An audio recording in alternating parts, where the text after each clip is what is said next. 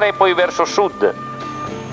Diano Marina, Monesi, Genova, Viareggio, Chianciano Terme, Roma, Rocca di Cambio, Napoli, Campobasso e poi si risale passando dall'Adriatico. La prima tappa vede subito in azione i velocisti, c'è anche Adorni in maglia rosa col numero 1 nelle prime posizioni del gruppetto di attaccanti.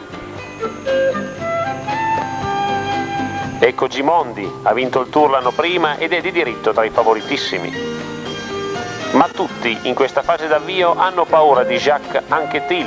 Vediamo ancora Vittorio Adorni, maglia rosa sorridente, vediamo Mealli, Italo Zilioli, quello che sta diventando l'eterno secondo del Giro d'Italia. Montecarlo Diano Marina, tappa piuttosto breve, 149 km. Qui vediamo Dino Zandegù, uno dei giovani velocisti più in vista del momento.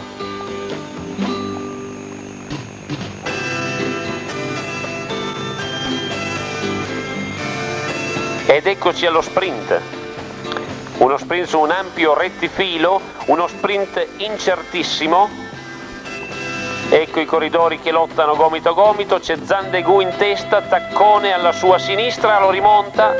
Primo Vito Taccone, secondo Mealli, terzo Zandegù. Vito Taccone è dunque la prima maglia rosa del Giro d'Italia.